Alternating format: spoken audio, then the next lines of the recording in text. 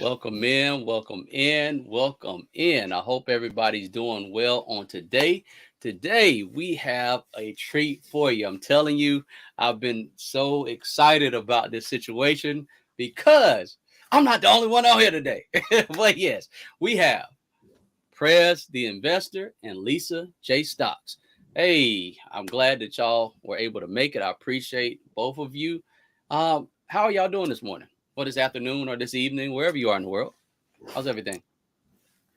I'm doing good, Robert. Thanks for having us on today. Well, thanks for having me on. I appreciate the invite. I'm awesome. I would like to thank you for having me on today. And hello, everybody in the chat. Let's hope we have a good show today. Oh yeah, most Definitely. definitely, most definitely, most definitely.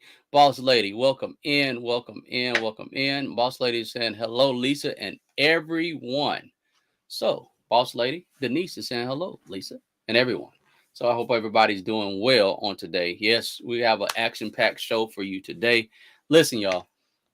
Generally, I come on live, and it's amazing when you have people who actually rock with the same subject. Now, I'm not saying y'all don't rock with the same subject. Hey, chocolate drop, welcome in, welcome in. Y'all don't rock with the same subject. What I'm saying is when the people who you listen to, they know what they're talking about. And I'm telling y'all, Lisa and Prez-The-Investor knows exactly what they're talking about. So there's a lot of people that are on YouTube who talk and you listen, but they don't know what they're talking about because you listen. They tell on themselves. You're like, nah, you don't know what you're talking about. Now, I'm not a financial advisor. We're not financial advisors giving financial investment advice, but I'm telling you, when I'm normally on live and I say, hey, by the way, I'm going to this channel, I really do mean what I'm saying. I really appreciate both of them. They drop a lot of nuggets, a lot of jewels for everyone. And I definitely appreciate both of them. So, got a question. Pretty much the basic of the conversations today. First of all, how's everybody doing in the chat? Everybody, if you're doing well, let us know in the chat how you're doing. We want to make sure that you're doing well. How's everybody doing in the chat? How's everybody doing in the chat? Let us know, let us know, let us know. We want to know. We want to know. Welcome in, welcome in, welcome in. And I know it's a lag on the end, so we're going to wait. If you're doing well today, say hello. Say doing well. If you're doing well today.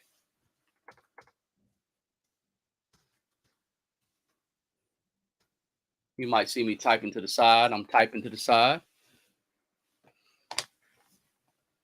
So, Lisa, how was your week this week? Um, it's been pretty good. As far as the stock market, I should have made more money because the way things are right now, people and different places that I don't hear about stock talk.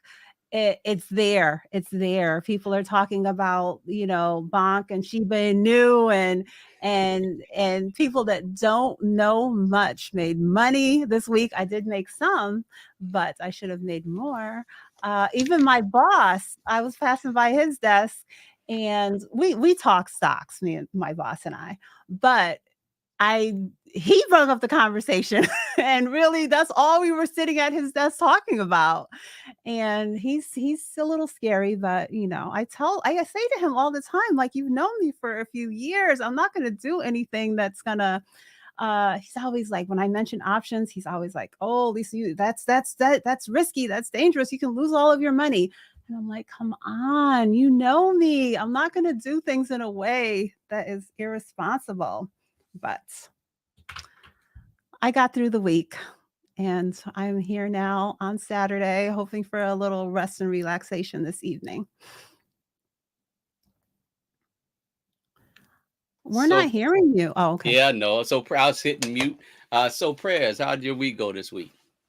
Pretty good. I did a little bit of trading this week. Made a few pennies. I can't complain. Pretty good week. Anything special?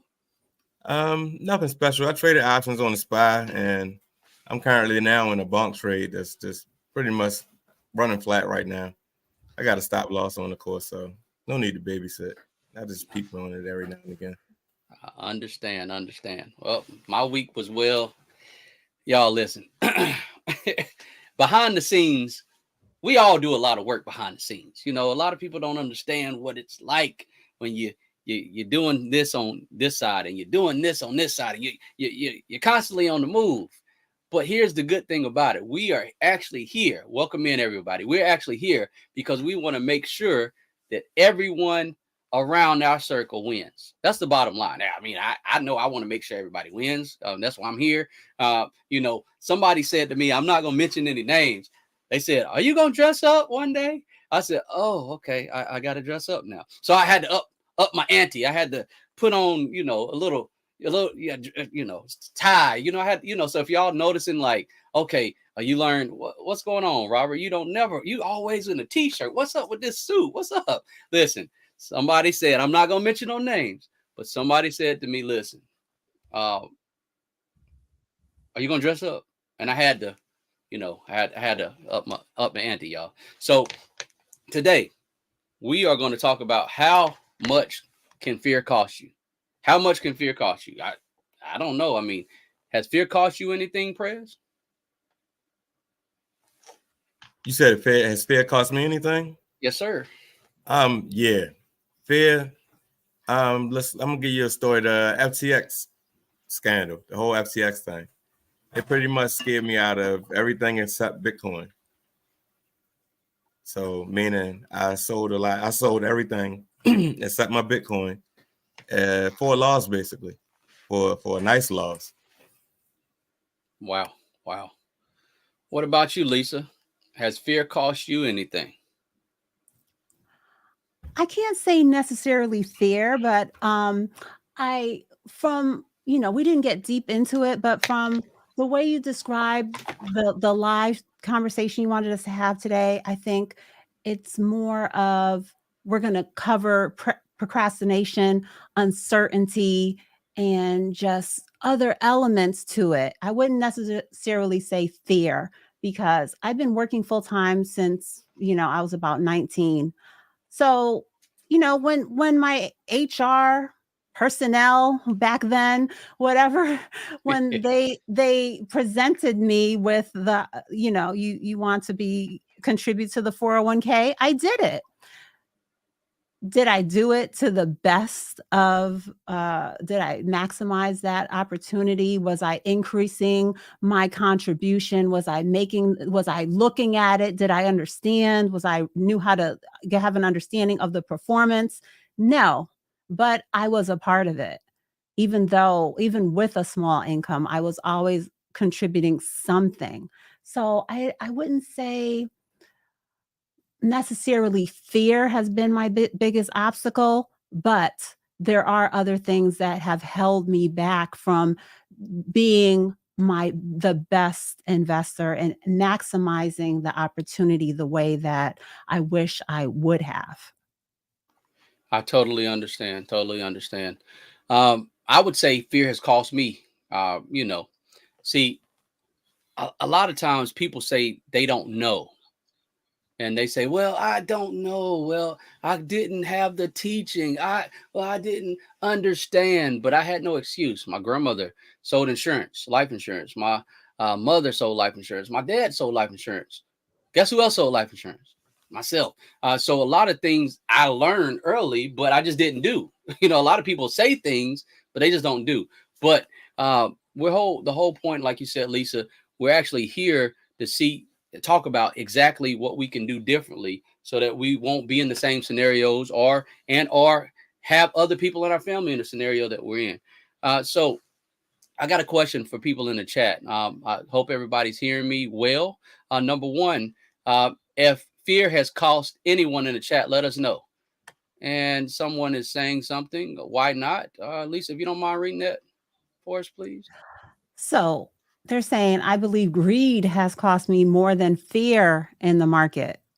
And so I'm guessing that he's saying that greed has maybe led him to do things in a way that caused him to lose money in the long run, when obviously that was not the goal.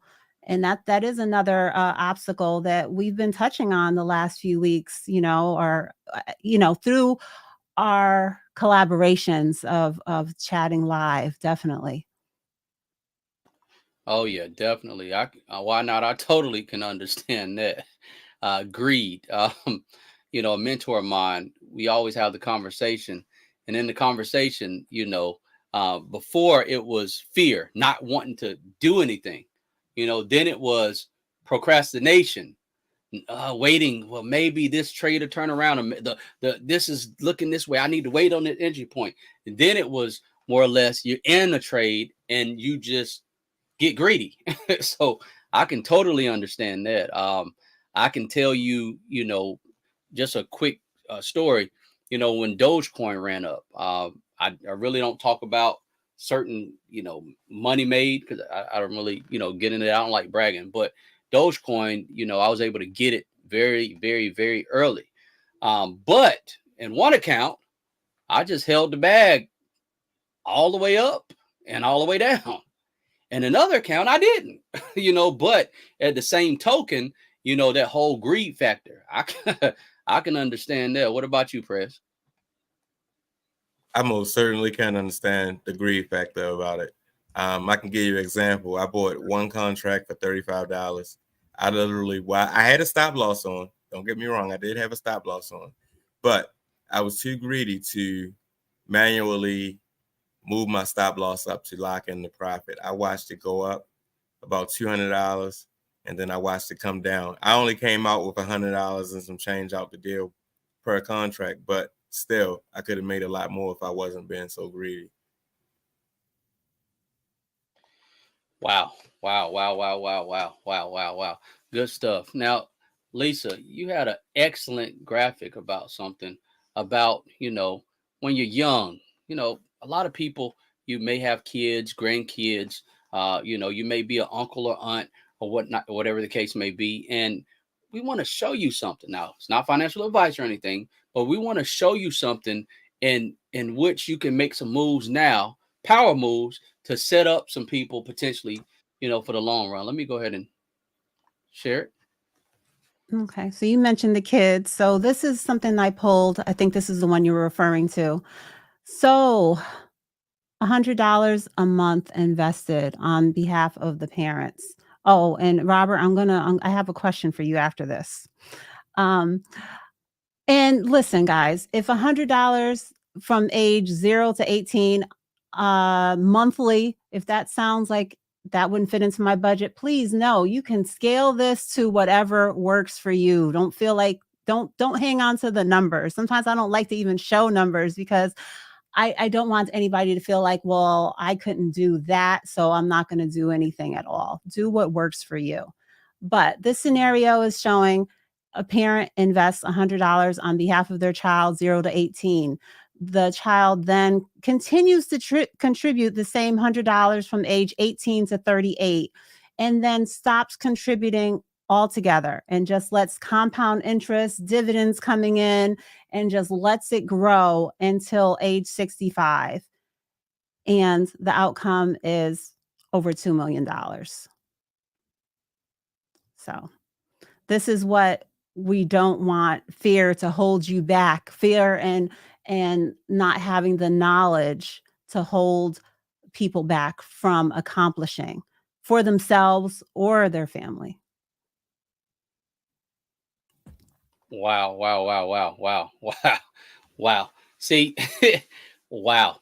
It's And it's a this, let me just also throw this in there. This is dependent upon what you are invested into and the rate of return. So, we're not saying you have to put a little effort into making a good, sound choice, but this is the kind of outcome that you can have. You just have to give it time. And most definitely. There was a saying, and I'm sure Lisa and Prez, the investor, knows about this. Says compound interest is the eighth wonder of the world. He who understands it earns it. He who doesn't pays it. And that was about Albert Einstein. I'm going to repeat that again. Compound interest is the eighth wonder of the world.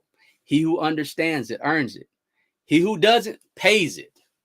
So what do you think that means, Prez? I know you know what it means, but what's your insight on that? Oh man, that's like something that I one of my motivating quotes that I pretty much read every day.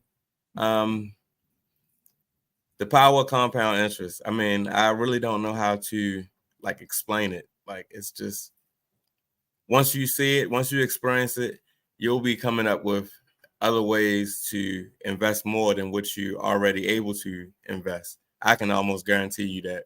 Like you can start small all you want because that's all you can afford. But once you fully understand the power of compound interest and you see it before your own eyes, you'll start creating other streams of income, maybe pick up a second job, a side hustle, or what have you, so that you can put more money into your investments.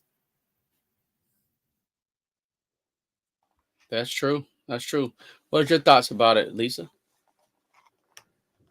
I mean, I just it's all the same thing that I've already been saying, that I think a lot of people have not put have people that are starting out with their investing journey, or just have not been looking at the numbers, uh don't have the stretch of time Journey, or just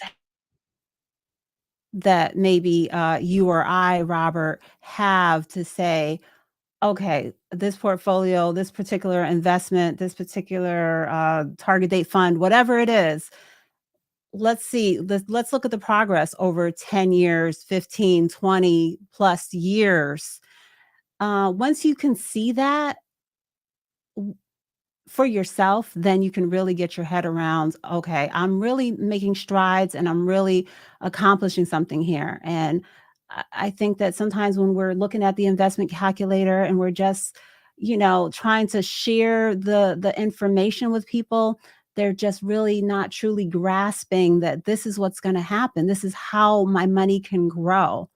I'm going to do a video. I was talking to my daughter on Monday night. I was showing her one of her accounts, and our contribution into the account has been about $4,000. But the night that I was showing it to her, her account balance, I think, was 5,001.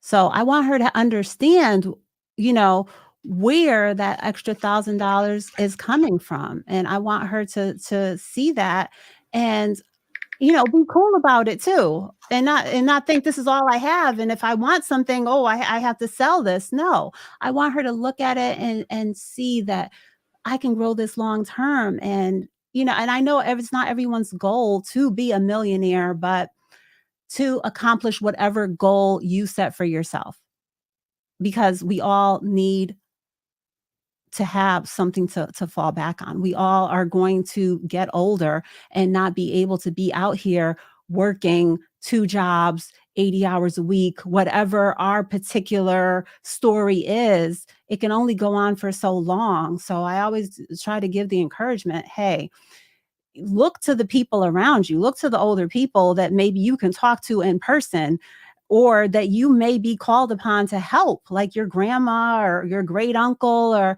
whatever, and try to get an understanding of, if their financials are what you want in your life, get an understanding of that so you can put it in place for yourself.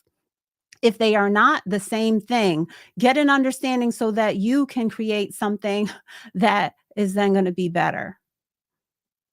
And please, Robert, rein me in if I'm Oh no, talking. you good. Hey, you good. Hey, you are good. Hey, you are good. I was looking at the chat, listening. Listen, you're absolutely right about what you said. As it relates to compound and it relates to showing your daughter, it starts in the home first. Like, so if I have a sister I have twin nieces. Oh, And that's I'm the sure I question. know. I already knew. I That's already the knew. Yeah, question. we'll talk about that Oh, offline. We'll talk about it offline. I already knew that's where you was offline? going. Yeah. That's an offline one. But Oh, okay. yeah, that's Let me it's write it still. down because I don't want to Yeah. let you go today. It's been a month since I talked to you. Yeah, that's still that's a sizzling egg right there. Okay, So all right. It I can't knew be what in you were saying. I knew where you was going with that one. Um, but yeah, thing about it, she's a college professor, and as it relates to anything, a lot of times people, and I'm not saying this about people who are educated, because some or all of us may have degrees or may not have degrees. That's not even the point of the conversation. The conversation is, case in point, my expertise is not necessarily in graphics. That's not my, but Lisa, when I tell you she does good with graphics, she does well. I was like, how do you do what again? You do what? You do what with what? you talking about? You do what? Say what? Como te llamas? Me llamo Roberto? I don't understand. But yeah, everyone has a great expertise and everyone has things. But here's the good thing about anything. Compound interest doesn't care who you are. Compound interest doesn't care what side of the tracks you were born. Compound interest don't care if you drive the bus, if you ride on a plane, you got a private jet, if you walk to school, if you're in the back of your uncle's car, if you riding with your aunt, if you are driving, if you're using patent Turner, which is country talk for feet. Compound interest doesn't care. It just, as it relates to compound interest, it's about you doing something, you starting. Lisa, you had a great graphic about something next. Could you go ahead and put that up? Okay, so what is it? What is it? The, Something that the second graphic you show them. The second one. the second one I showed you? Okay. Yep. All right. I need Go ahead and pop permission. it up. Yeah. Sorry. Okay. There you go. All right. So compound interest. Yes. Okay. So this scenario, this is another key point that I really, we didn't have a detailed discussion, but this is what I interpreted from Robert's title, because Robert chose the topic for today's live stream, if you don't understand what I'm referring to. But fear. This is the type of obstacle. If fear is an element to what's going on with you, I want you to get these lessons, and if you've gotten past it, get the young people in your life on board with having an understanding of these things. At 20 years old, you can accomplish drastically different amounts because time is on your side when it comes to compound interest. So let's just read through this. I pulled some of these things as I was looking through my IG last night. So assuming a 10% rate of return, investing $500 a month, starting at 30 years old, at 60, you would have $1 million. Same thing, $500 monthly, starting at 25. I'm sorry. I said the wrong thing. At 30, you would then have $1 million. 25, you would have 1.7. If you start at 20 years old, you would have nearly $3 million. So the earlier you start, the more you're going to have. But those early years, though, the additional 10 years, or however many, the earlier you start, the better, because we really need to realize the impact that you have. It's not as easy to catch up. If I could share another image while you still have me sharing, so I can I think this was a good one. At 20 years old, contributing $26 a week, which might be an amount that is manageable or, reasonable to most people to hear, $26 a week. At age 65, I know that's a long time from age 20 to 65, but you will have $1 million. But if you were to wait until later on, let's look at age 40. At age 40, you need $190 a week to have basically the same exact outcome. At age 50, you need $580 a week. So this is what I wanted to bring to this conversation about fear. If you are fearful of investing, I hope that you can get past it, because I want you as soon as possible. You can't just think, oh, I'll get to that when I'm 40. Looking at these numbers, you see how hard it is at 40, as opposed to just, even if you're working part-time, if you're just getting started in your career in your early 20s, make it a commitment and get it on make it a part of your life investing then, because those small amounts then, or as much as you can contribute then, it's really going to help you in the long run. Because I think there's a lot of people that are waiting and until much later in life and saying, I need to catch up. I hear that a lot when it comes to retirement planning. I need to catch up. I need to max out my Roth, and it's not as easy. It's not going to be an easy task to catch up. So I love to see things like that, and just hopefully people know that it's accurate, that, we need to be mindful of it. And if you're in a good place, do it for your kids, your niece, your nephew, your grandkids, even a small amount. It's more than I had at 18, 21, whatever. A lot of us, I can't speak for you guys, but it was zero for me. There was no, and I was very unknowledgeable, even on, basic things like securing a loan for college and stuff like that. So any amount I would have been grateful for. But just handing that to them, not so much. You need to also be doing what I'm striving to do with my daughter, my younger daughter. I wasn't in the place to do it much with my older daughter, but instilling the information to support and for her to know how to handle this when it's turned over to her. And Prez, pretty much based on the compound interest scenario and what Lisa shared, what's your thoughts on that?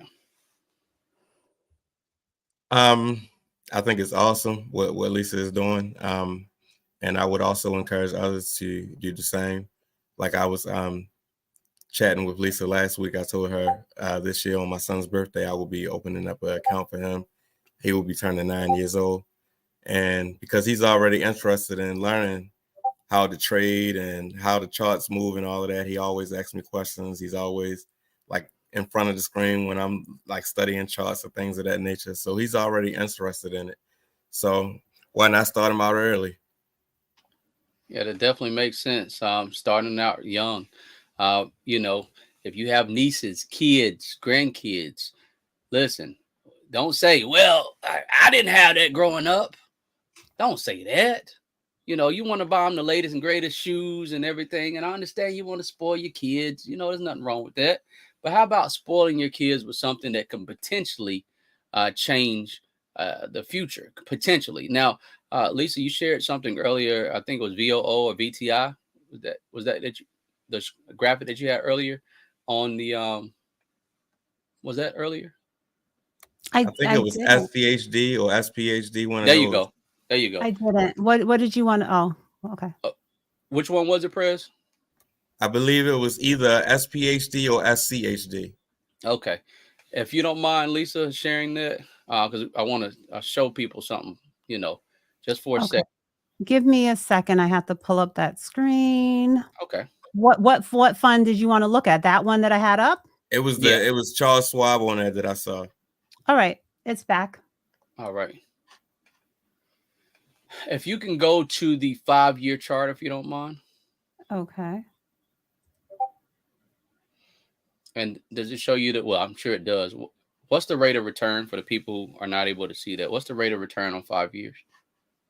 50.05. And this is SCHD. Okay. Now, mind you, we're not telling you that you should or shouldn't invest in these stocks. We're not financial advisors. We just want to show you something. Generally speaking, hey, by the way, what's up? Make this go viral. Hey, everybody in the chat. By the way, we say that, for instance, we don't have the resources. Okay. If I gave you $100, right, and you pay me back $150, I would probably take that math all day. What about you, Lisa? Would you take that math all day? Sounds good to me. Prez, would you take that all day? So pretty much, Flow it basically, all day, all night, all week, all year. right. You like, oh man, they gave me. Oh, anytime you want to borrow money, come talk to me again. Yeah. Now, what was the 1 year rate of return, Lisa? 7.67. 7.67. Okay. So here's the thing. That's $7 and some change, right? Roughly. 10% of 100 is $10. So what I'm saying to you, most people, because we had this conversation the last time, don't even get a percentage on their interest on their checking or savings account. So what I'm saying is we have a situation, a scenario where fear, this is what we're talking about, fear can cost us by not doing the action. You know, a lot of this stuff, a great man said, what's going on? Can't stop. A great man said, if you do not find a way to have your money work for you while you sleep, you're going to always work. I wonder who said that. Oh, that was Warren Buffett, wasn't it? I know who it was, but I'm just saying we have to understand, you know, that we can't be afraid of fear. We can't be afraid of it, because here's the thing. If I put my money in an account, there's a potential that that account can close. Remember, we saw all these banks close here. What? It's not even been a year yet, has it? Has it? I don't think it has. It was just closing left and right, right? Man, I was like, man, this bank closed, this bank closed, that bank closed. You know, of course. Well, the FDIC. Go ahead. Okay. No. I was like, let's not get people fearful of banks. No. I know. We only recommend banks that are insured. Yes, FDIC. And that's what I was going to say. The FDIC could potential. You know, if everybody's rushing to get FDIC insurance, there's a potential. So we can't be afraid of what ifs. You know, what if, you know, it's a lot of things that can happen. What if, you know, however, what if you live to 100 years old? What if you live to 120? Are you going to still be able to do your job at 120? Probably not. Automation probably will take most people's jobs. Go ahead, Lisa. You was going to say something? I saw it. No, saw it in your eyes. I didn't. But, you know, just to share on what you just said, I have a family member that unexpectedly had health issues at age 60 and has not been able to work since that age. And that was not their intended retirement age. But, you know, you don't know what to expect. So we need to be prepared. Because, you know, the whole point I'm just trying to make again is, you know, we have to invest for ourselves and save for ourselves. Disability, Social Security, these are the things that many people are not even in tune with what they will be receiving. And is it going to be enough? Most likely not. That's why I feel that we need to focus on investing and have something to supplement those things that are going to be coming from the government. Never mind the government over here trying to raise the retirement age from 67 to 70 to 72, or who knows where they wanted to go next. 196. Yeah, you're over here talking about you know, I don't want to, I don't think anyone, I could be wrong. I don't know. Let me just speak for myself. I don't want to be working at 70 years old. No. So Prez, and I'm going to ask everyone this question, because I can assure you let me say this, because I have family members who could potentially be watching this channel. I'm not coming at you. I'm not trying to put you down. So I'm not trying to put anyone down. I'm saying this because we're having an honest conversation. Okay. Lisa just shared she had a family member who's working past retirement. I can say that I know family members who've worked past retirement. I'm sure, Prez, have you had, or do you know any family members who've worked past retirement? Can I say something quickly? Go ahead. I was saying that my family member had to stop working at 60. So had to stop working. They stopped working before they were retirement. Because they were ready to go to work. They, you know, right, for many more years, probably at least to the regular 67, 70-ish. They were ready to go to work, but can no longer do it. So because now of challenges. I got you. Yes. But And I'm sorry. Go ahead, Prez. I'm sorry, Prez. Could you repeat your question again, please? Do you know any family members who've had health challenges? I can say that too, and had stopped working, or who has potentially had to work past retirement age? Of course. And I can speak for myself. I'm not going to speak for anyone. I'm going to let them speak for themselves. It hurts me when I see it, because you want to help certain family members. And it hurts because certain family members are prideful and they don't want help. How do you feel about that, Prez? I think it's very unfortunate. And that's why I preach what I preach about: starting to invest and not procrastinating about it, and be diligent on actually learning what you're investing into, instead of just throwing money at an investment thinking that it's going to increase over time, because you're not even understanding what you actually invested into. It doesn't take but maybe 30 minutes a day to watch a video. There's plenty of videos out here on social media, on YouTube for free, that will break down each one of these investments that you're into, from someone who's providing decent value to you instead of just feeding you a bunch of hype. That's so true. That's so true. And that's why we're actually here, everyone. And I'm sure if people are honest in the chat, you know someone who's in that situation. The whole point of us all being here is because of the love that we have and the passion that we have to help others get to the next level. Now, no, we're not financial or investment advisors. Let's get that out the way. Yes, we want to give you information so that you can take and do your own research and then make a move. But here's the problem. We just showed a situation where that chart was showing 5-year rate of return over 50%. Over 50%. Fear cost. You know, I remember sharing a story, and I'm gonna say it again, where there was a certain individual. I was at a job, and I'm trying to frame my words because I'm sure that certain people watch me, but they always wore a certain brand of shoes. And they came to me and said, "Hey, Rob, would you like to buy some shoes?" And I was like, "Sure. What are they? Let me know." Well, now before you say something, I know you. Before you say something, you're gonna be the first to have them before everybody gets them. I'm like, okay, but now just listen though. Hear me out. It's gonna be 2 weeks before everybody have them. You'll be the first, and they real. I said, okay, you doing all this preface. How much do they cost? Well, they're gonna be $500. I said, yeah, you definitely talking to the right and wrong person. I said, the reason why you're talking to the right and wrong person, I'm not gonna buy any $500 worth of shoes for one pair. But have you ever considered investing in Nike stock? At that time, Nike stock was $51 a share. Now, hey Lisa, would you mind pulling up Nike stock when you get a chance? Do you know Now, the ticker on it? NKE. N is in Nancy, K is in King, E is in Echo. But Nike stock is doing what right now? I know what it's doing, but I just want to show y'all. Now, remember, when I told this individual, this is past 5 years, when I told this individual, Nike was well over 51.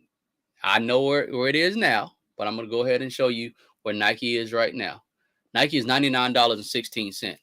But if you look, there's a peak where Nike went up, and it was past 100 and something odd dollars. Am I correct, Lisa, with my talking about this stock? I see this is 136. This is 171 back in 2021. 177. Yeah, I think that's what's the high. The high year range is between 88 and 128. Wow. So this individual years later saw me and we talked. I said, well, I told them, I said, why don't you just put $500, because they buy every shoe that comes out. Every single shoe. They might buy 2 or 3 shoes. So why don't you just not buy one pair of shoes at the $500 rate or whatever. Take $500 and just invest in Nike stock, because that athlete is actually under the Nike umbrella. So you're going to continue to grow. Now, I'm sure that everyone in the chat may be a sneakerhead, or even people on the panel may be sneakerheads. I don't know. I'm not throwing no shade, but do we know people who, and Nike don't come for me. If you want to send me some free shoes, I'll wear them. Hey, but do we know people who prioritize certain shoes more than anything? What would you say, Prez? Of course, like friends, coworkers. I know a lot of people that are sneakerheads. They always have the latest phone posits or Air Force Ones, or Jordans for that matter. When all you can do is cut back on that, and not financial advice, but if you're that much of a sneakerhead, just own some of the company. Might as well. Might as well. What's your thoughts about that, Lisa? Oh, I agree with you. I've used a scenario regarding Apple many times. 10% of my daughter's portfolio is in Apple stock. So she has an iPhone. We use products around this house, iPad, MacBook. So, but in addition to that, yeah, she's gonna, even if it's, I don't care what it is, $5, $2.50, there's going to be a little bit in the budget in this week's budget. There's going to be some Apple stock.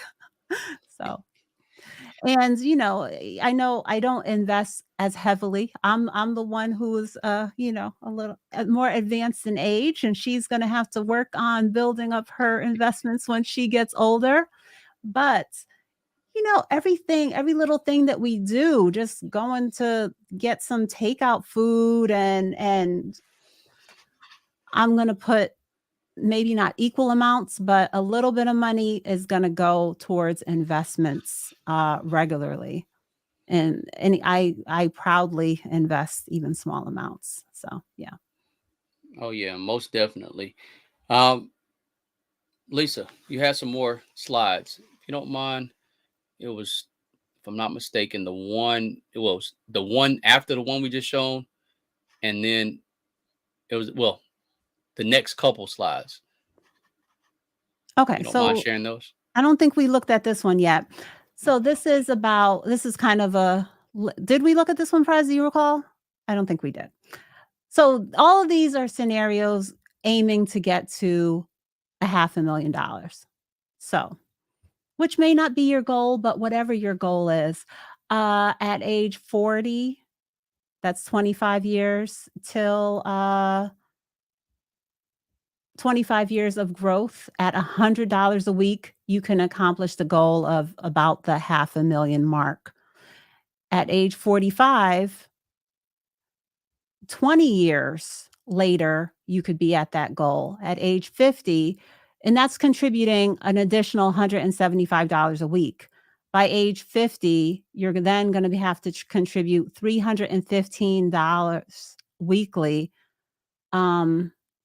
to have 15 years to grow to $500,000, about $500,000 mark. So just another scenario on waiting until a little bit later in life and what you'll have to do in order to quote unquote catch up. I hear people saying that, and it's not going to be as easy as you think. It's not like you just gonna the percentage of the weekly or monthly contribution that you need to make in order to catch up is probably not going to be attainable along with your other bills and expenses. So just another form of another visual to give you encouragement to start early and to encourage people around you to start as early as possible, I would say.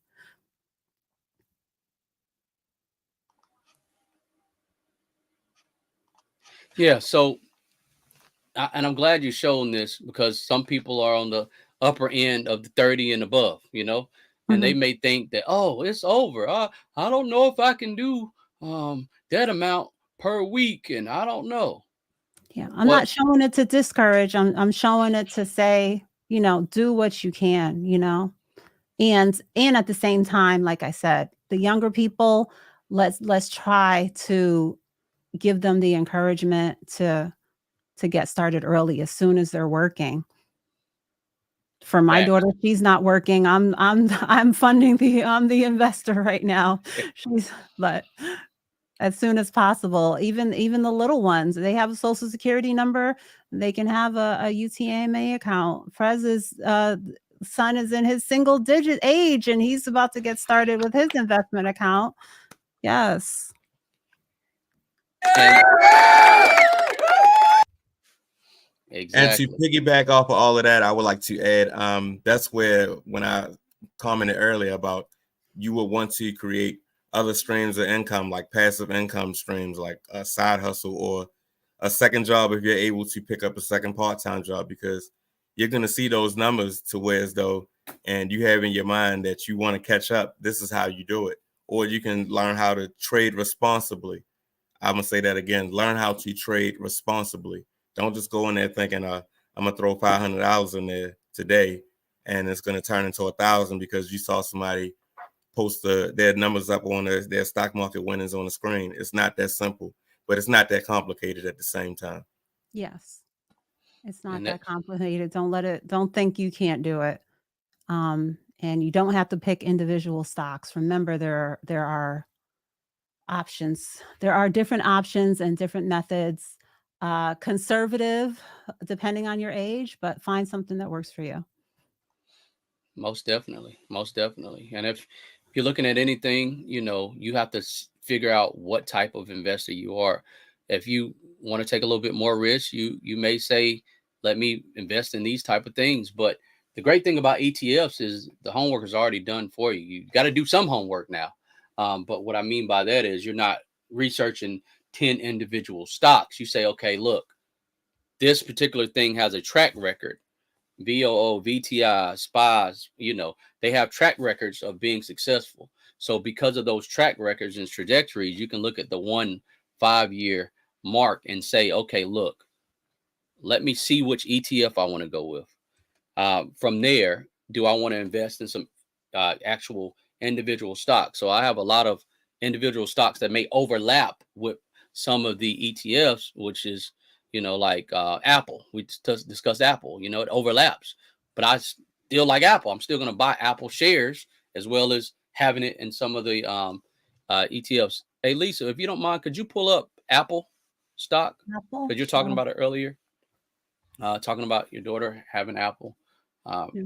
I I see want people Daryl to commented that he's doing $5 a day VTI every Friday for his son weekly. congrats. Mm-hmm. Congratulations. That is awesome. Oh yeah.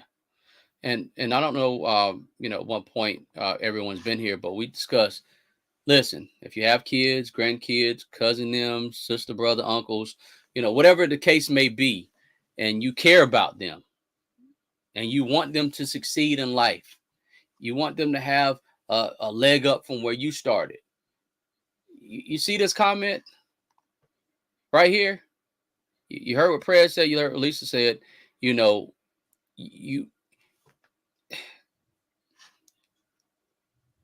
and I'm trying to frame my words because everybody's budget is different. But I literally just went to I'm not going to say the name of the restaurant, fast food place, and we spend $15 to $20 on a meal quickly. I had to eat something before I got on. And and sometimes it's cold, sometimes it's hot. But if you go to Chick-fil-A, it's always hot. I just wanted to throw that up there. But anyway, I want no shade for Chick-fil-A. We don't want no smoke, Chick-fil-A. But y'all others got to get in line and get okay. But, Prez, let me ask you a question. Daniel said, same here. Any recommendations for books for investing? Prez, you got any recommendations? Rich Dad, Poor Dad, Robert Kiyosaki. That's a good one. What about you, Lisa? I don't have any book recommendations, actually. I'm not. To tell you the truth, I listen to books. I listen to audiobooks on Audible. But I really don't really. Most of my stock and investing knowledge has not come from book research. I understand. YouTube University, y'all. YouTube University. The information is basically free. You have Mhm. a slew of content creators out here where you can listen to it, do a video actually while you're driving. You can put sneak an earbud in while you're at work if you can, or in your leisure time, cut out some of the entertainment and add more education. Okay. Why not? Daniel shared Trading in the Zone as a book recommendation, but I'm sorry, I don't have one for you. There's a book I would suggest people to look at. It may be for you, it may not be. What it's called, The Richest Man in Babylon. Check it out. It has some tips, some principles that you can go by. You may or may not like it, but that's a good book in my opinion. The Mhm. Richest Man in Babylon. There's a lot of other books that I listen to, like you said, Audible. I probably have at least 60 books on investing. However, if you're new to investing, you got to start out with something that is bite sized. Richest Man in Babylon, you can listen to or read it in a day. Very simple, or 2 days maybe. Very simple, very easy. It's very self explanatory. But before I go on, thank you so much for the super sticker, Cooking and Vibe with Anne Marie. I appreciate that. Thank Mhm. you. Thank you. Mhm. Uh, And can I Go ahead. say I'm one sorry, thing? Lisa. You go ahead. And why not? I know I saw in your comments earlier that we're in a Discord together. There is a Book Nook tab there, so there are book recommendations that you can check out over there. That's all. Most definitely. Now, um, Prez, tell us about your channel. Tell us a little bit about your channel. Okay, my channel is I started a brand new portfolio, and I'm investing $5 a day, 5 days a week. Including on if the holiday falls on a weekday, I do a makeup day. Um, and I'm basically showing investors in real time, well, potential investors in real time, exactly how it looks with consistency and diversification, and how I'm actually structuring my portfolio. And eventually I will get more into deeper dives on individual companies that I'm invested into. I plan to just start doing like a watch list Wednesday, companies I'm looking at, and where I would actually allocate it if I were to add it to a portfolio. Hey, Lisa, tell us a little bit about your channel.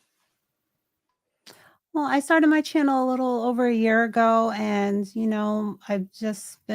my focus is just strictly saving, investing, building wealth, just having a different money mindset than just sharing my journey. Some people always say, like, why did I start my channel? Like, what got you into this?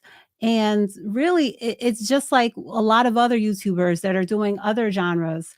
Um, I just I'm just turning on the camera and sharing it. But this is what I've been doing for years prior to the last year when I started this channel. So just trying to improve the financial outlook for myself and for my family, and just sharing my journey in that. My Wonderful, goal is wonderful. to inspire others to at least get started. If you're not already started, at least get started.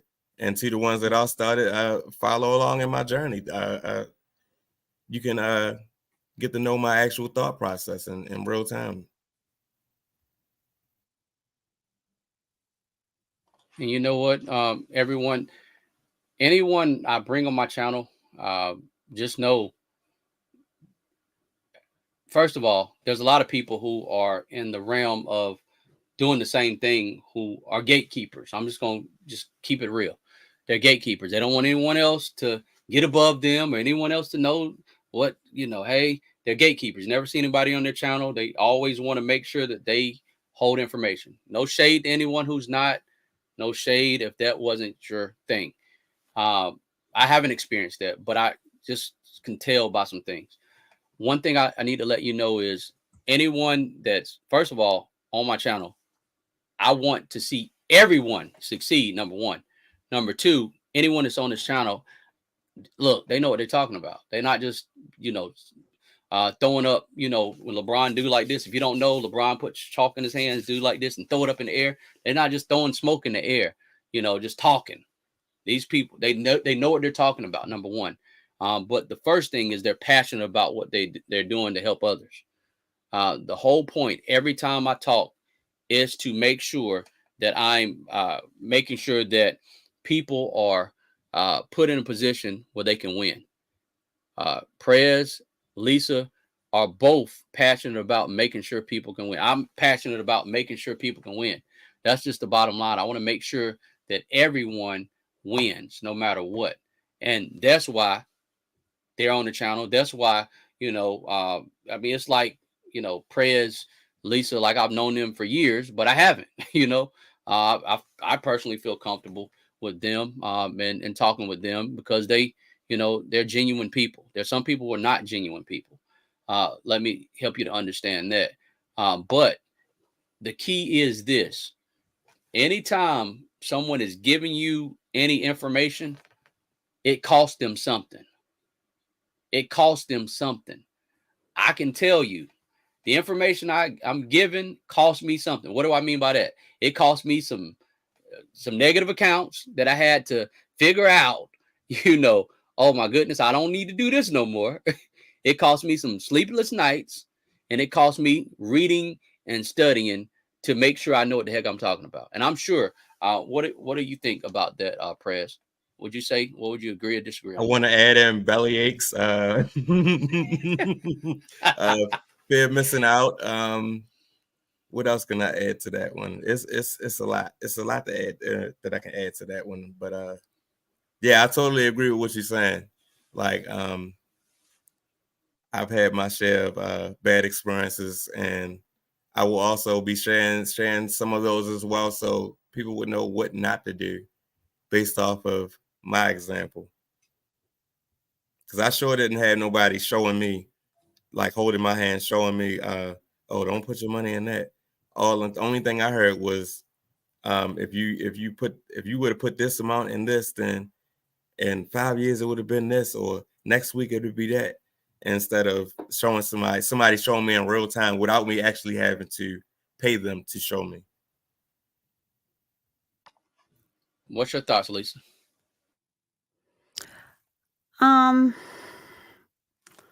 Robert, I don't know.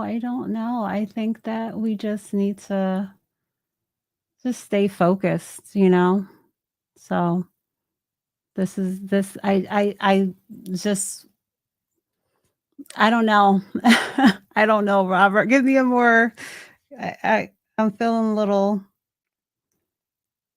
give me some more direction on what you want me to share.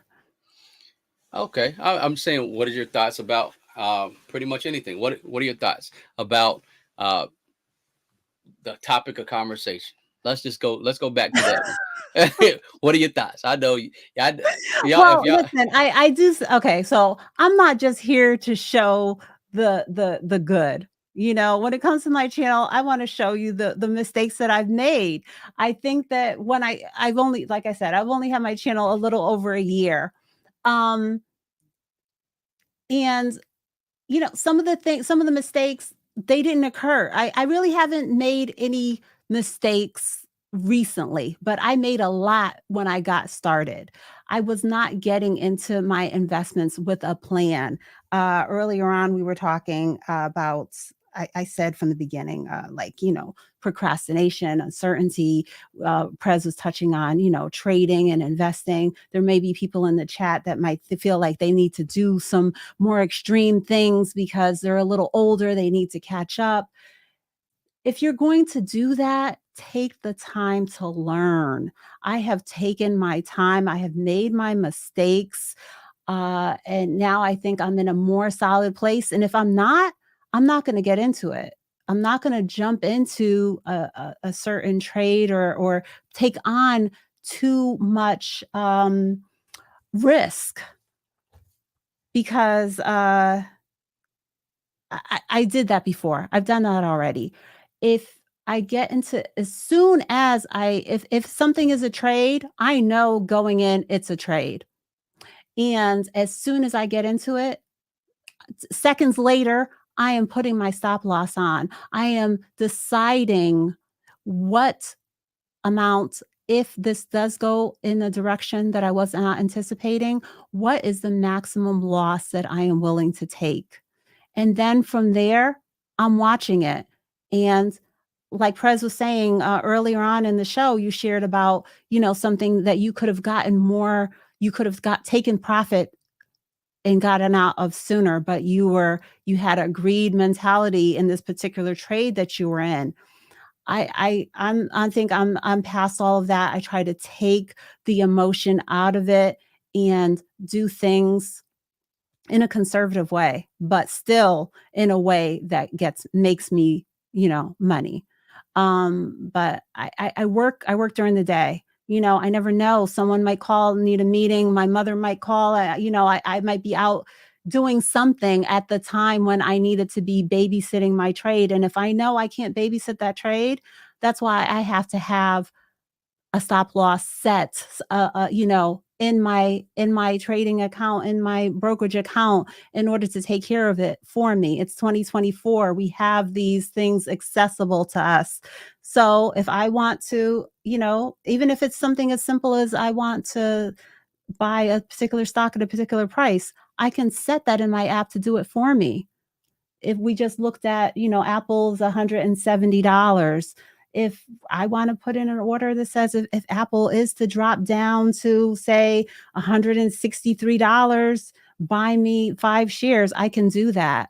Or same difference. If I get into, I buy some Riot stock or some Pepe coin, or I want to dabble in something like that, I can, mitigate the risk of how much money I'm willing to lose by doing my calculations ahead of time, by having my whole plan start to finish when I get into it. And I've made these mistakes. And not just, and it's not just about options or trading, because I want you to be investors. You may not ever want to even dabble into trading. Two totally different things. I want that to be clear too. But even in my investing, there's a couple of things. I think this might have been for tomorrow's show, but there's a couple of things that, in retrospect, I could have left alone. I could have just stuck with more of my index funds, or I could have just went and bought Microsoft or some more, top 10 Fortune 500 companies, as opposed to dabbling in some of the smaller, more speculative things. But I'm thankful that I didn't go heavily into those type of things. My portfolio is being held up by the more mainstream responsible choices that I made. My portfolio was over 50% Apple, which I shouldn't have let that occur. But, it worked. That one particular thing worked out well for me. But I have shared on this channel, Prez thinks that I love Disney, but I did make a couple of videos about Disney because it was something that's been struggling in my portfolio. So I was really, interested in hearing the news and seeing what strides they were making. And that is something that is red in my portfolio, but I share that through what I've been creating. I don't hide the bad things, I shared that I wish that I would have made my daughter's account sooner, but I didn't have the confidence, and I wasn't knowledgeable. And I guess that is something that I had fear of when we went into, our lockdown situation a few years ago.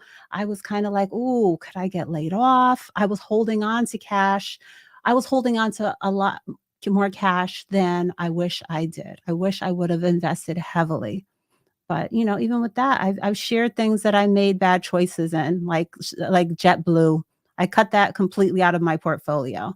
So I've made my mistakes, and I'm definitely willing to share the good and the bad with you, whether it's something that happened in the past or something that happens now, because I want us to be able to learn from it. And if you can learn from my mistake, I'm glad for that opportunity for you to learn from what I've been through. If you're willing to listen, I'm willing to share. And most definitely, someone just made a comment, and it's probably a few moments ago. But hey, Prez, any thoughts on Tesla long term?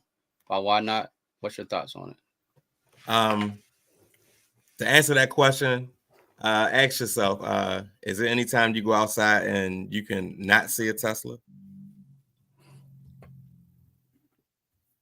I mean, need I say more? And to piggyback off of what we were just speaking on, I have a saying that I made up myself. Trading is like dating, and investing is like a marriage. It's really that simple. Tesla is a marriage.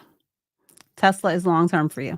I was trying to Of unmute it. course, Say it's of yeah, course. Tesla Okay. definitely is a long I term. just want to make sure it's clear to everyone in the I chat could that I Prez couldn't get was mute enough. I was like, whoa, let me unmute it. To be totally honest, it's actually both. For me, it's both. you traded Because and in you. one account I hold it long term, and in Mhm. another account I may decide I want to trade it because of the way it moves up and down, the volatility of it. I want to capture some of that. And Mhm. then I may decide to take some of that profit and add it to my long-term Tesla position. Yeah. Tesla is I would say the most volatile of my growth portfolio, but I'm holding it also. And I even talked to my daughter about that because only 5%, but she has Tesla in her portfolio also. And I was asking her, how do you feel? Because at the beginning of the year, her Tesla was up 32%.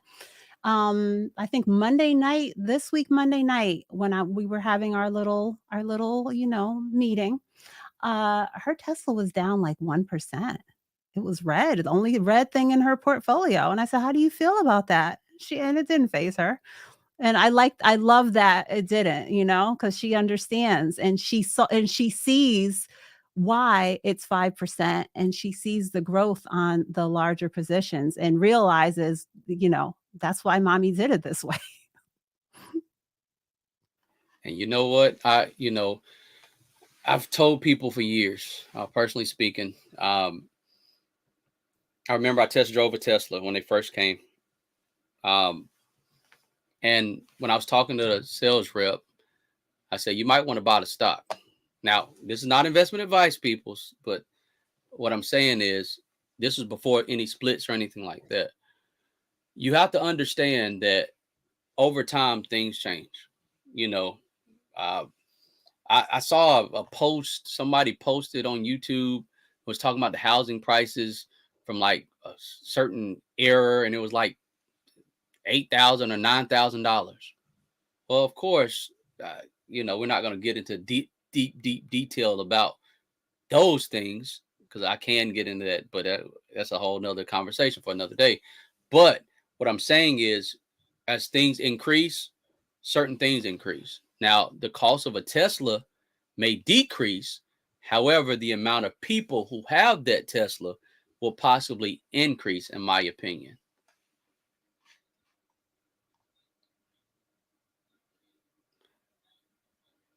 Okay. Hey, Prez, if you don't mind reading that, please, sir. Says, you know what? The comment you said, in one account I trade and the other I hold. Thanks for the clarity because I've been doing both in the same account and it can confuse you on what you should do. Yeah, it's like I have different accounts because it's like putting money in different pockets. Like one pocket, I just may want to let the money accumulate. The other pocket, I may want to play around with a little bit. You understand what I'm saying? Like I said, go back to the comment. Trading is like dating, and investing is like a marriage. So I have one account for trading, another account for investing. Now, in the investing account, I may hear bad news about Tesla, but like I said, I can't go outside and not see a Tesla. So I believe in the company. Like, never mind what the bad news is. Just think about who controls the media. The ones that control the media could be possibly putting this bad info out on this company that you believe in to get you to sell so they can buy it from you at a lower price. Now, you done lost money on an investment, the merit side, instead of just trading it in the dating portfolio, like I like to say. And I'm glad you said something about that. Someone is reporting an echo. Do we need to be muting? I don't know. Is there a Somebody problem? reporting. Is there echo? Do you hear echo on whose side? I Mr. haven't been Peter. hearing. I haven't been hearing Yeah, I anything. haven't heard an echo or anything like that. I haven't heard it on my side. Anybody heard an echo? I haven't heard echo. Um, but I was going to say that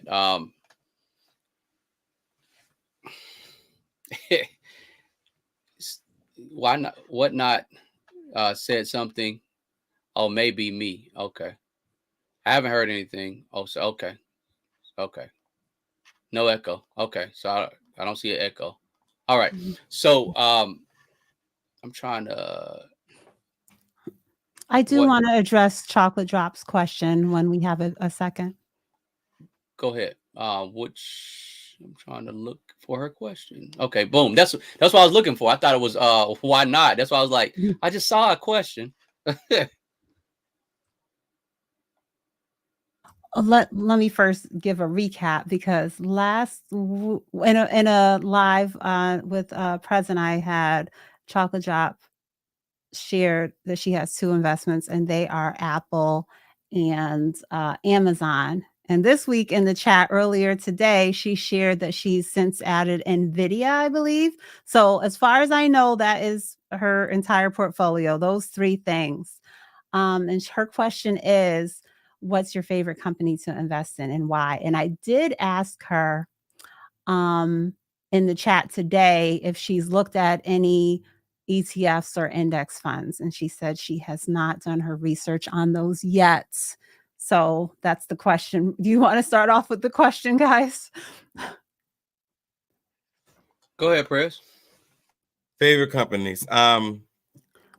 I don't know if anybody has actually seen any of my videos, but my portfolio that I'm sharing with my channel is structured basically like a pyramid, the way it's allocated. And my favorite companies are basically the second level and the third level of that pyramid structure. Things like your Apple, your Microsoft, your Nvidia, your Tesla, your Alphabet, things of that nature. Those are like my favorite companies. And why? Because I basically use them in one way or another. I use them, and instead of being just a consumer, I like to be a owner of these companies that I'm using.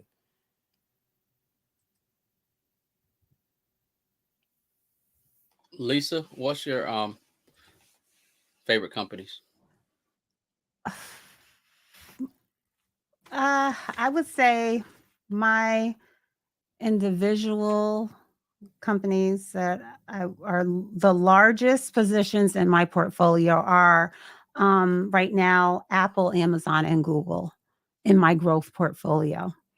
Excuse me. So, Chocolate Drop, I'm sorry. Yes, chocolate. You're fast with sometimes you're really fast with putting the stuff up and taking it down, Robert. Thanks for letting this linger for a second.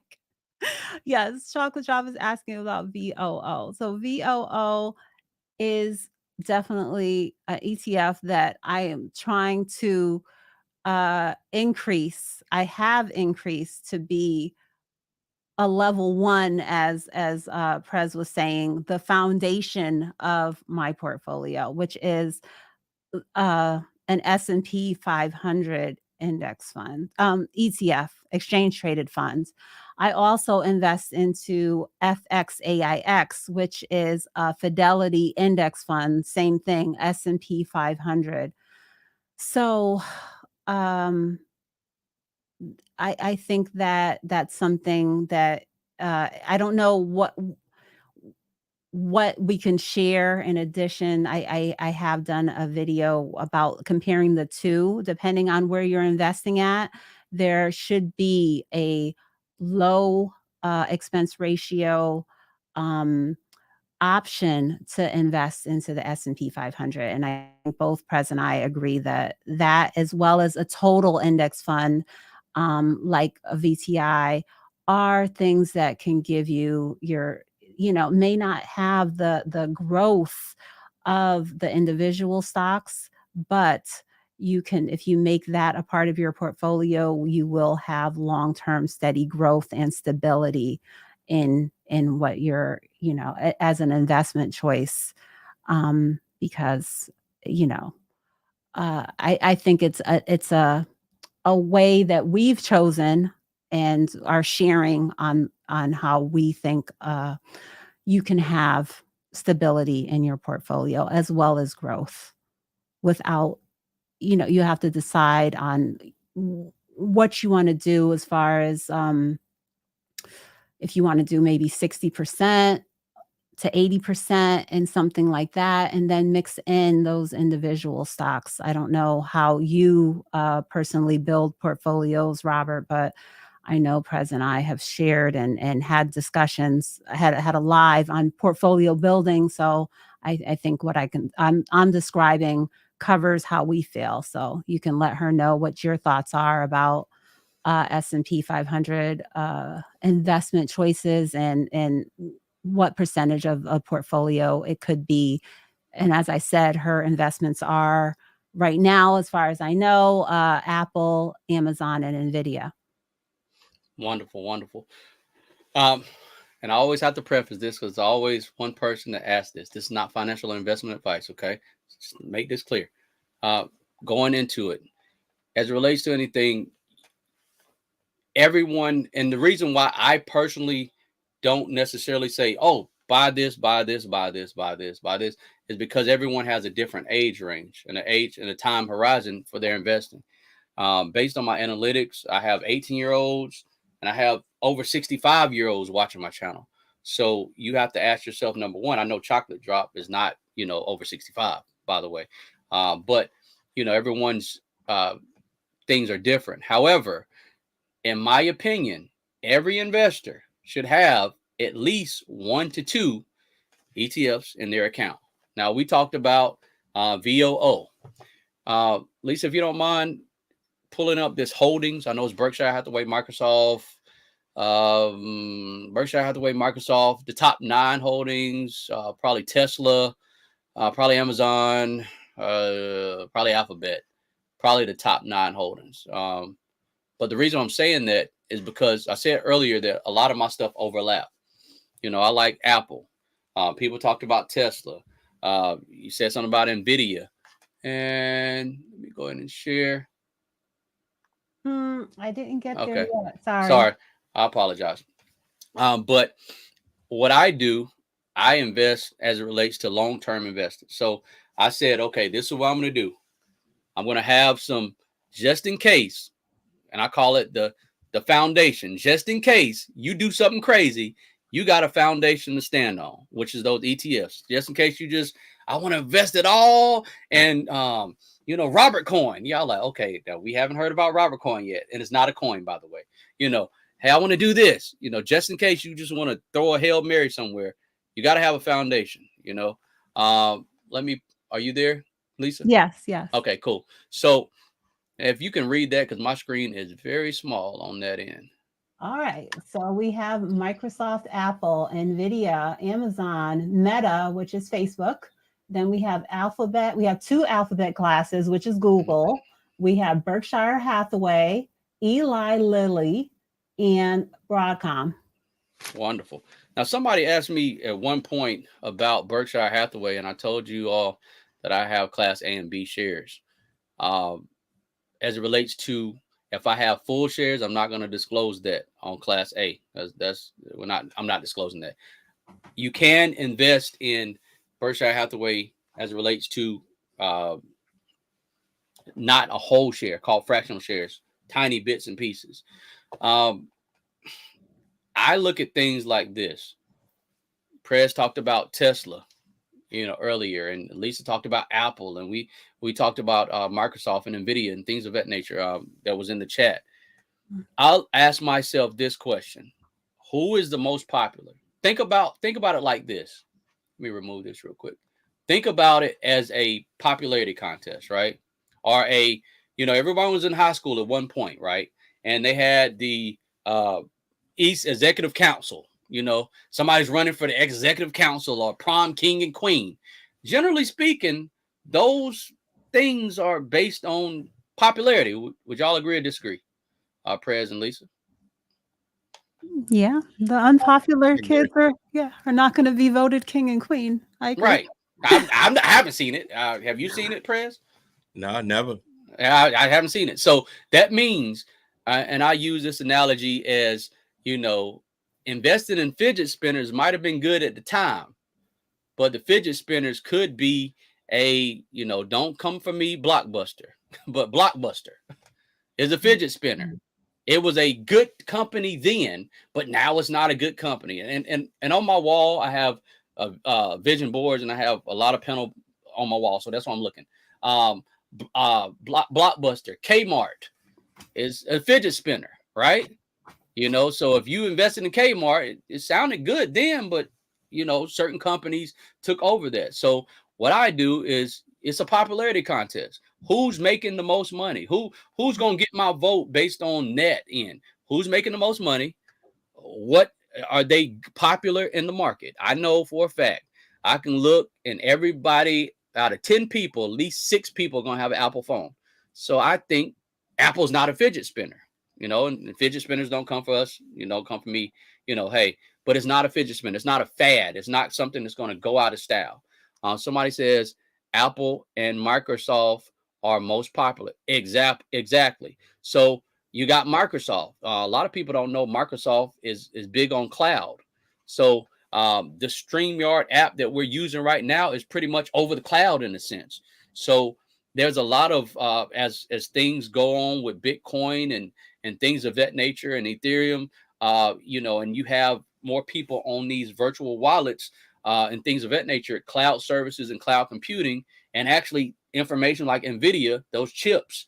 Oh man, that's funny that you should say that. I literally just said something. NVIDIA new kit. I Yeah, was I literally wanted to saying. say a little bit more about NVIDIA because, Go ahead. Chocolate Drop shared that I think it's a I newer like it. addition to her portfolio. I think it's currently overvalued. And I think like that's where you have to put, you have to be knowledgeable in your investing. Whereas I don't want to say it's completely set it and forget it, but in the ETFs, you're giving yourself diversification.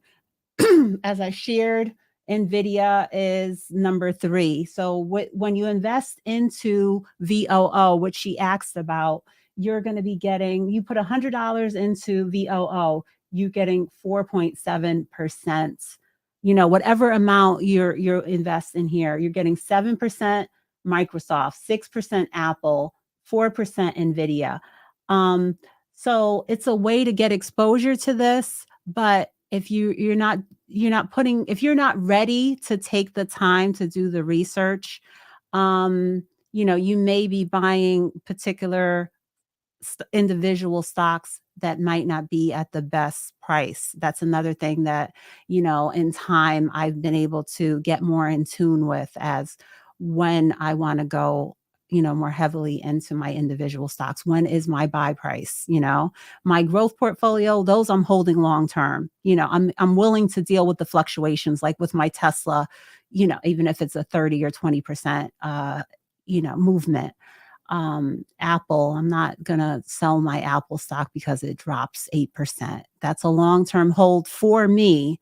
But I also know at what I've been out buying Apple stock for several years now. So my average is probably still below $130 or so, around there.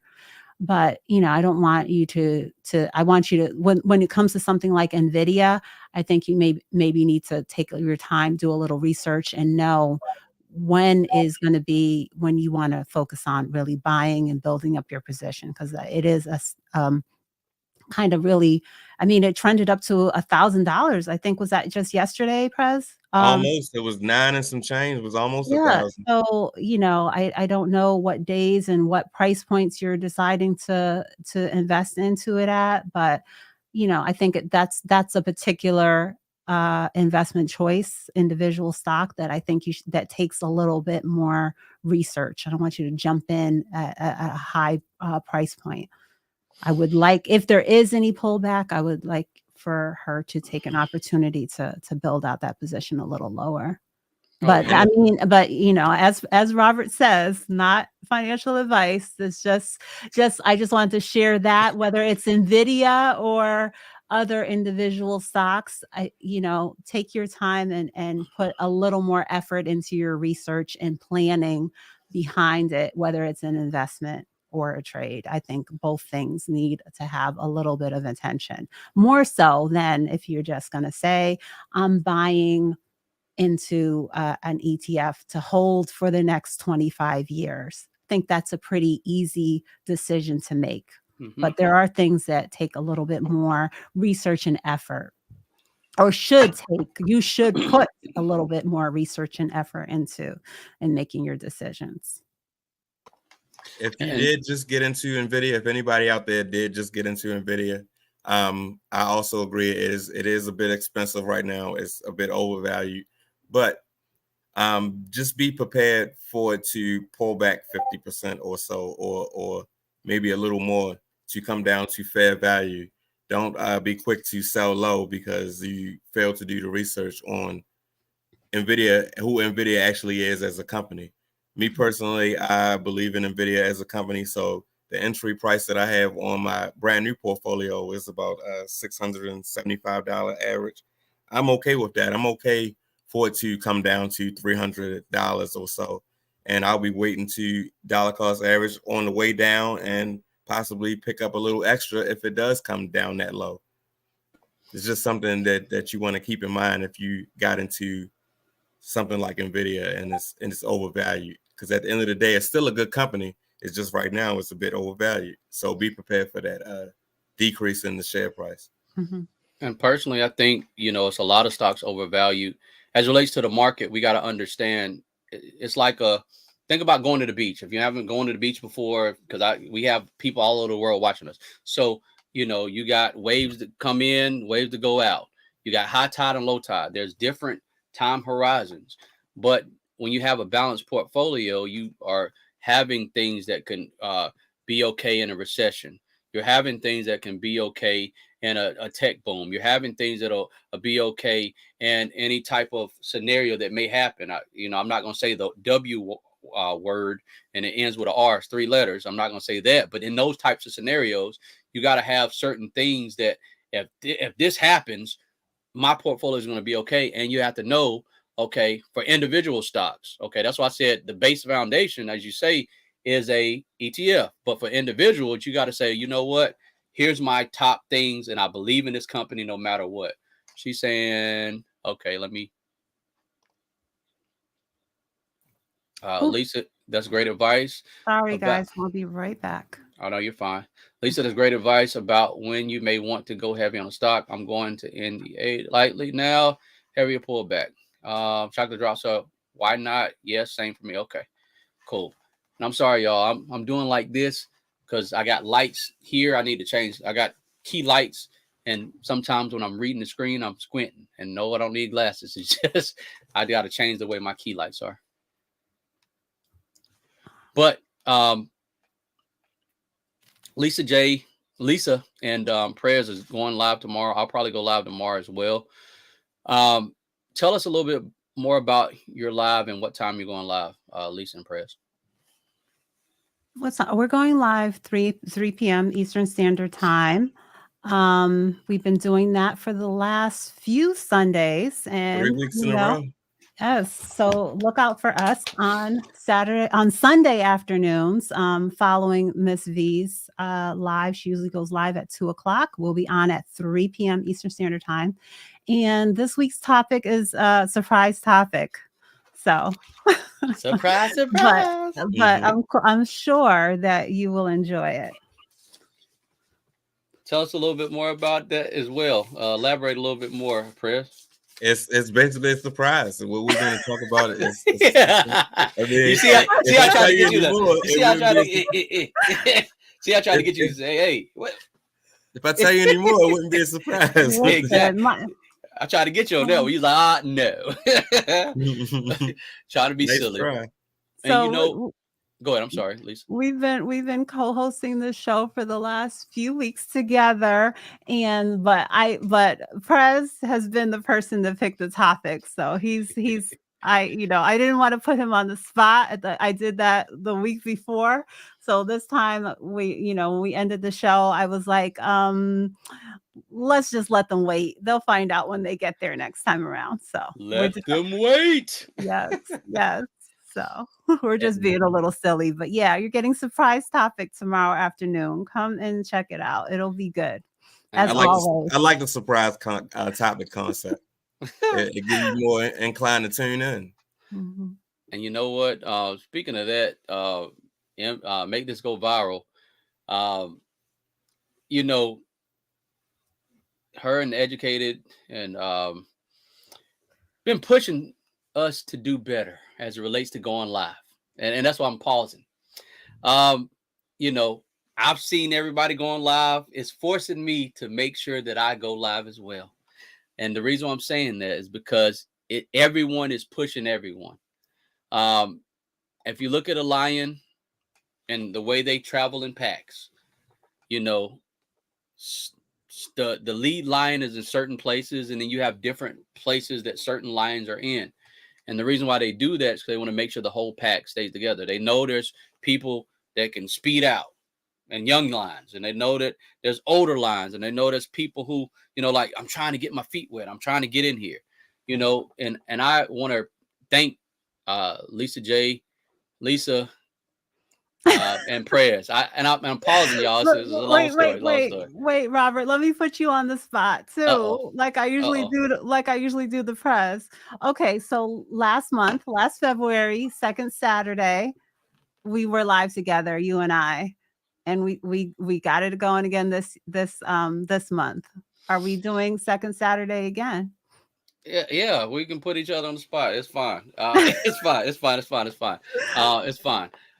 Yeah, and that's why I'm just like, oh boy, you know. Or when can our audience find us together again, Robert? Let us know.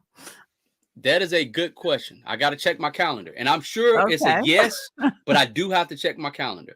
But I will say this. I am going live tomorrow at 1 p.m. Eastern Standard Time. And the reason why is because I'm forcing myself to go live more. Lisa's been putting out great content. Prez-The-Investor has been putting out great content. I'm forcing myself to go live more. Everyone on here, this panel, we all got a lot going on in our daily lives. However, you know, I consider them the lead of the pack. You know, I'm a little older and seasoned. You know, I consider them leading the pack. You know, I'm like, I'm not old, but I'm the you know, more seasoned person that's just like, okay, I guess I'll get up now. I guess I'll go live now. Like, I'm trying my best. Like, I did the vertical live, y'all. Man, you sound like me. I'm trying. I'm trying, man. I'm trying. And I'm gonna be honest with you all, and I shared this behind stage. People may think they may not agree with it because, you know, they're like, hey, I don't believe it. But I really have to force myself to go live. I really don't like doing live because when you do a video, you can edit the ums and the oobs and me drinking, you know, out of my you know, cup and the pause. You can edit all that stuff out. You know, it's like a perfect, you know, ballet. You know, you can make it perfect, but you know, when you do live, you are forced to you're forced. And I'm not saying no one forces us. I'm just saying me. It's like, you know, when I was younger, I was more talkative. Now that I've gotten a little older, I'm like, you know, I would say I'm talkative. Well, you did a great job, especially with that Bitcoin one that you did about a week ago. Great job. I appreciate it. And y'all been doing wonderful. And speaking of Bitcoin, we're not saying you should or shouldn't buy, but we are saying that fear can cost you. That's all I'm gonna say on that one. It might cost you. It might cost you. It might cost you. Lisa, speaking of cost, now before we go on, does anyone on the panel have anything to do? Because y'all know I can go on for 18 hours and it'd be like 20:56. Yes, and I'm just making sure. Anybody got anything to do? No. I'm not trying to put y'all on the spot, by the way. I'm just making sure I'm not overstepping my. No, I'm good. I'm good, Robert. You don't have to rush yourself. Okay. Bitcoin. Would you mind, Lisa, pulling up Bitcoin chart? And anything that we share on the channel, we're not saying you should or shouldn't do it. Not financial advice. However, you might want to take a look at this, and not saying put all your eggs in this basket, but you might want to take a look at it. What range do you want it on? We can go with let's go with the day range. Then we'll break it down from the day to the, Okay. I mean, because I already know the 8 hour, the day, the 5 day. We'll break it going up with it. Okay. Bitcoin right now is 68,000. You see how quick it changed? $507.50. It changed. I was going to say 382. It changed that quick. Bitcoin fluctuates. 68,392.40. And it keeps fluctuating. Would you mind going to the what percentage is it up today? 0.32? Yes. Okay. Prez, now I know the answer to this, and I know you know the answer to this, and I know Lisa knows the answer to this. However, what is the general percentage that people get in their checking or savings account? Generally, if they don't know, what do you think it is? Generally, 0.03%, I believe. Yeah, is that more than that? That's more. That's way Is that more. number more? That's way more, right? Mm-hmm. And I had some charts and stuff that I just didn't put in here. But do you know it'd take you over 1,000 years, 10 centuries to double your money? 10 centuries. Now, Lisa, I know you are about 20, but do you think you can live 10 centuries long? Yeah. No, Robert. I don't want to tell my age, but I am old. Very old. Hey, Prez, do you think you can live 10 centuries long? No way. Yeah. I'm gonna be honest with y'all. As much as I'm energetic and things of that nature, a century is 100 years. Am I right? I mean, I know I'm right, but am I right? It's 100 years, right? So 1,000 years, man, that's a long time. That's a long time. I would want to and mentally to live that long, but I just don't think. And I don't want this to be a graphic, dark situation. What I'm saying is, if you're just saving your money to double your money, it's going to take almost 100 years to get $1 to turn to $2. And your grandkids, great grandkids, 100 generations down the road can probably get that piece of bubble gum that they were waiting for. However, Lisa, if you don't mind going to the 1 week for me, please.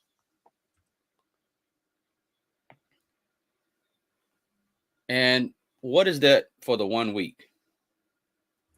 You know what? I don't think this chart shows that way. Okay. It didn't really change much. I think I would need to go on 5 days. I think I would need to month. use a different Yahoo Finance or something different. I don't think that, because it's not cool. So the 1 month on Bitcoin, I'm going to say it was over 45%. Over 45% on the 1 month. All right. Over 45% on the 1 month. Okay. Yeah, I'm seeing 45.41% on the month. Right. And here's the question, y'all. I know Stock Explorer. Yes, but that's a whole nother subject. But over 45%. You're right. We got a degen in the chat. Hey, oh boy, that's all I'm gonna say on that one. All right, what is it 6 months, Lisa? Does it show that on there? Oh, yeah, 164. Yeah, maybe the 5 day and the 1 day were just so, close that I didn't think it was updated you're properly. Fine. You're fine. Sorry about that. No, you're fine. And over 164.53, 164%. Let's go to the year to date. So if you had it for over a year to date? No, you want 1 year or year to date? Yeah, I'm sorry, 1 year. 1 year. 239%. Our topic of the day was fear can cost you. Well, that was the topic, right? Yes, sir. Now, there's a lot of people who've been fearful from Bitcoin. And I'm not saying that you should invest all your money in Bitcoin. Do not do that. Do not jump in a pool with no water in it head first. Don't do that. What I'm saying is, it's okay, $5, $10, something that, that it's not going to hurt you. What do you think about that, Prez? What's your thoughts? What I think about that, if I'm gonna use my my channel model for example. On my channel, I'm investing $5 a day into stocks. Now, if I were to scale that to Bitcoin, it will be $5 a week. Lisa. I mean, that's as simple as I can really put it. You don't want to put too much into it, but at the same time, you do want that direct exposure to Bitcoin, because one day I believe it's going to be money. Lisa, we had a challenge. And what was that challenge for Bitcoin? $10 weekly minimum Bitcoin. It was either $10 a month or weekly or whatever you can do, but $10. $10. $10 a month, if that's all you can do, because I didn't want to leave anybody out. I didn't want anybody to say, oh, well, I can't do $10 a week. You left me out. I said $10 a month, just one time, if that's what you can do, or $10 a week, if that's what you can do. Because I wanted to see what it's going to be a year from now. Now, personally speaking, and I always mention this on every live, because I was in front of a gas station. I had a red hat on and a white t-shirt with red writing, and I said, oh, wow, this gas station has Bitcoin. I wonder what they know that you don't know. At the time, Bitcoin was $27,000. It is over $68,000 now. So for the people who've been following me, has fear cost you? Probably yes. Yes. Yes, yes. With any stock, yes. However, we don't have any excuse. We can't say, well, that's it. Lisa and Prez and Robert said that's it. We can't do it. We just need to stop. We lost. We missed the boat. I didn't say that. I said it could cost you. But now that we are all here, let's not let that stop us from making a move. Because there's always an opportunity somewhere. Yeah. If you may have missed the bottom of Bitcoin, but there's maybe something else better than Bitcoin one day that you may miss out on because you didn't take the time to do the research or actually pull the trigger. Sometimes you gotta get out of your own way and take a chance. Mm-hmm. Can I share just one more? Sure. Hearing feedback. I don't know. And to the other screen, please. The other. Gotcha. Yeah. Because what you were just touching on about, the interest rate at the banks, I think this is kind of the point that you're trying to share. $7,000 saved a year is a substantial amount to most people. That can get you a value of, say, $245,000 at probably your local bank. But $7,000 a year invested is going to accumulate to over $2 million in time. So I think, I just wanted to share that as another kind of long-term visual and numbers to just help to bring the points of not letting fear hold you back, thinking that I can just concentrate on my saving as opposed to my investing, just like the percentages that we're looking at with, even if it's a regular normal 10 to 12% rate of return, then you mix in a few things that, like, your Amazon or Apple at a 30 or so percent return. You have some Bitcoin in there where you might get some of these larger rates of return. It's all going to be growing at a faster pace, and you're receiving dividends that can then be reinvested. It's just a totally different opportunity for growth than just putting your money in the bank or letting it sit in an envelope or in a whatever. I was going to start making a joke about that book that who put the That's money. Why I started to laugh. That's why I started to laugh. That's why I started to laugh. Yeah, you said that was offline talk, so let me stop talking about that. But let me take a quick second to say hello to Trudy. Thanks for tuning in, Trudy. Oh boy, y'all, if that's a topic of conversation. Have y'all ever Go ahead. I'm sorry, Lisa. Go ahead. No, I was just gonna say, I think Junior, I'm taking a look at the chat. I haven't looked at it in a while. I think Junior was sharing another book recommendation, Atomic Habits. Good one. Yes. I don't, but like I said, I'm being truthful here. I'm truthful all of the time. I really haven't been reading much books, but I have other ways that I am learning and growing in my investing and financial journey here. Here, y'all. Listen. Listen, you got Lisa J. Stocks. Lisa. You got Prez-The-Investor. You got myself. You got a lot of YouTubers. You know, Keenan Grace, Stock Mo, Chris Sane. You got a lot of YouTubers giving out game about investing for the long term and investing short term and things of that nature.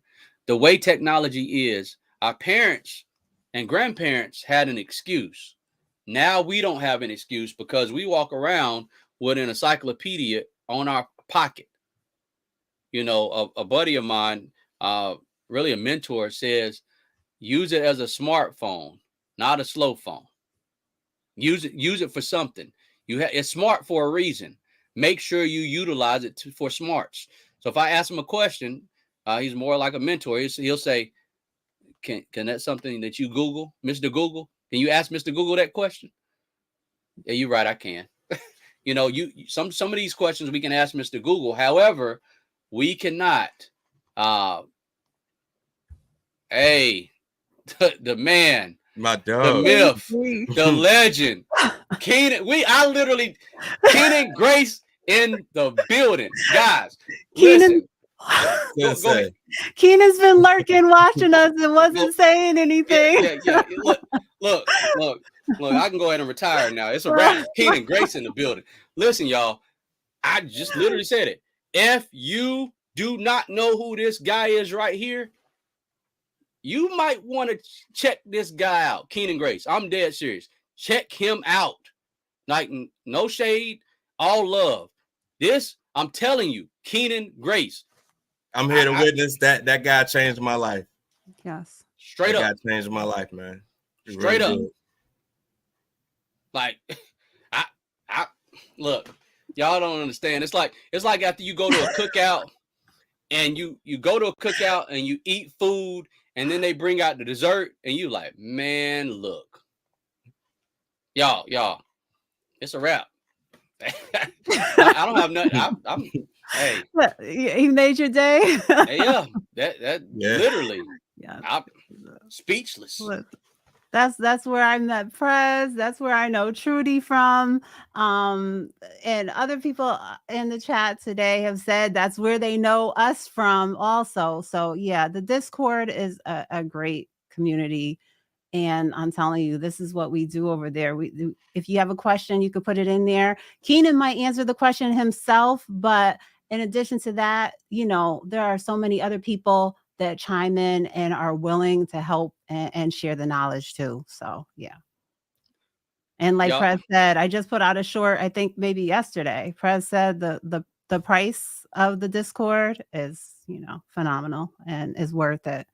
It's worth way more than the price you're gonna pay. We've been, you know, a part of it for years and learning and growing, and as well as just what he shares here on YouTube. Listen, I believe his Discord is $10 a month. Is that it? Okay. Yep. Let me explain this to y'all. Okay, listen. And I'm just keeping it real. The value he gives on his channel, his Discord should be $1,000 minimal just to enter his Discord. I'm just gonna keep it real with you guys. Or more. I'm talking minimal on the minimum side.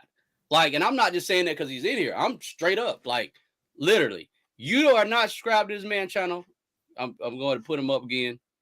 Go ahead. Straight up. Y'all, I'm speechless at this point. Yeah. I'm speechless, man. I'm not, because I seen a comment earlier, like pulling the trigger is hard sometimes. Just think about if you ever bought a scratch off. It wasn't hard when you bought that scratch off. Now that's $3 to $5, $10 that you just gave away. Did you win anything? You probably didn't. What about the lottery ticket that you may have bought? Did you win anything? Probably not. Did you bet on the basketball game? Did you might have won, but if you didn't, you lost everything you put on that bet. You can believe that. That wasn't hard. If you smoked, you bought that pack of cigarettes or whatever it is you smoke. It wasn't hard when you bought that. Did you really need it? No, it actually harms your health. And that's facts. And I have a short on that where I scratched off a lottery ticket. And I said lottery versus stocks or lottery versus crypto. I scratched off a lottery ticket. I didn't win. And the only reason I bought it was for content purposes. I knew I wasn't going to win anything. But the whole point was once you scratch off that lotto ticket, it is a wrap. It is done. It is finished. It's finito. That's it. Once you pick those numbers, Lisa, the winning number is 21. Oh, 36, 52. Oh, wow. It's a wrap after that. You know what I'm saying? The winning numbers, it's a wrap. You can't do anything. Think about stocks.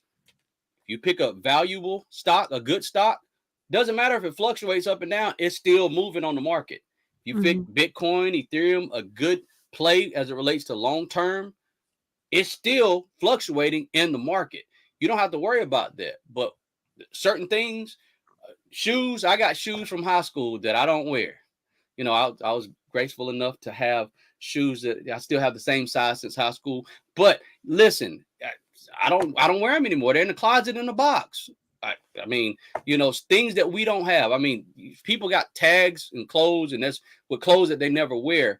But the problem that we have as a people is we hear people talk about investing. We see people talking about things, but we get fearful because we think, well, is it a scam?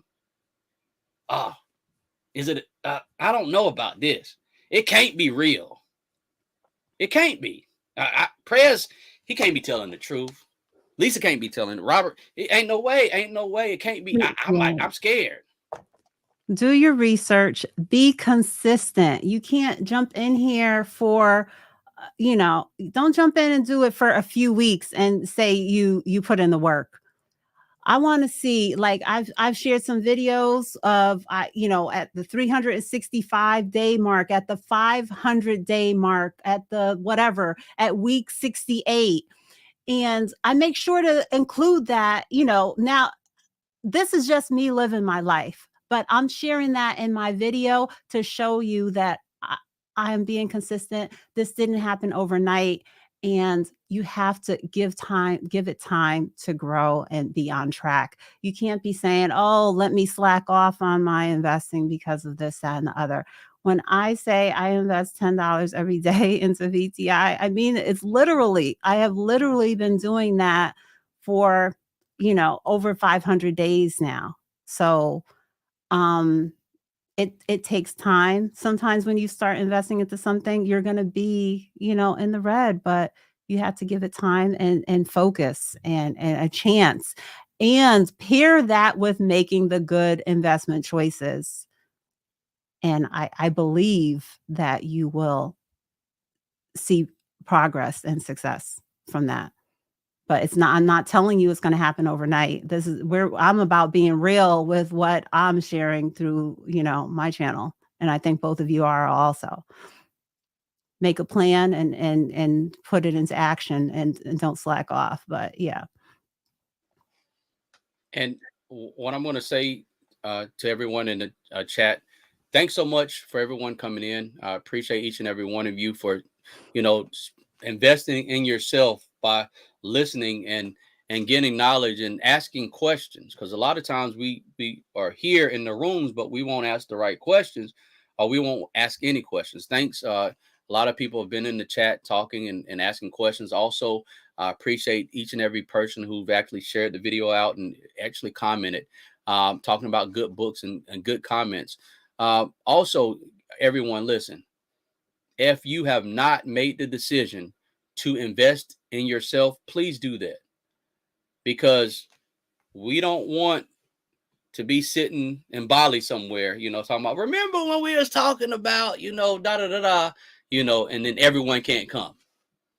We don't want, it to be a situation where everyone has to work past the retirement age, because here's the thing.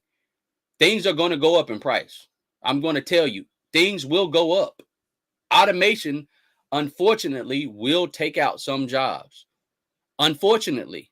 So what are we going to do to make sure that we're preparing ourselves so that we won't be caught off guard when those things happening?